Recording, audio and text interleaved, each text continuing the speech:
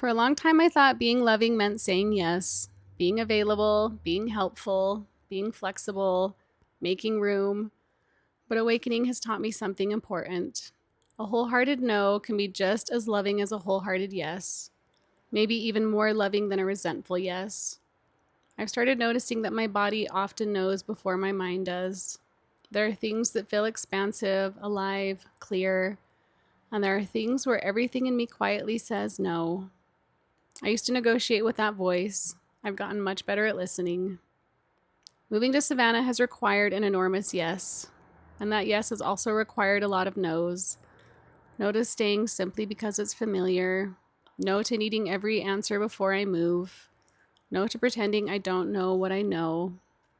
Every meaningful yes creates boundaries around what can come with us. My body has become one of my greatest teachers. A true yes doesn't always feel comfortable. Sometimes it scares me. But underneath the fear, there's aliveness. A true no can feel uncomfortable too, especially when someone else wants it to be yes. But underneath the discomfort, there's often peace. Prayer has become less about asking, "What should I do?" and more about asking, "Help me recognize the truth when I feel it, and give me the courage to honor it." My guides don't seem offended when I question something. They don't demand obedience, they invite discernment. Maybe real guidance doesn't take our choice away. Maybe it helps us choose more consciously. A flower opens toward what nourishes it. Roots grow around what they cannot move through. Nature is constantly saying yes and no. And then there's Tom Petty. The CEO has absolutely no confusion about yes and no. If he wants affection, yes. If he does not want affection, you will receive that information immediately, possibly with teeth and claws. If it's garden time, yes. If middle management suggests something that conflicts with his current priorities, absolutely not.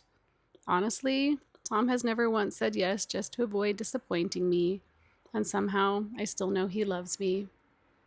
Saying no doesn't make us unloving. Saying yes doesn't automatically make us generous. What matters is whether the answer is honest. Sometimes love says yes, sometimes love says no.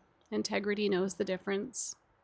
Boundaries aren't walls around love, they're one of the ways we keep love honest.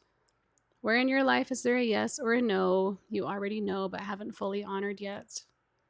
Maybe awakening isn't about saying yes to everything life brings.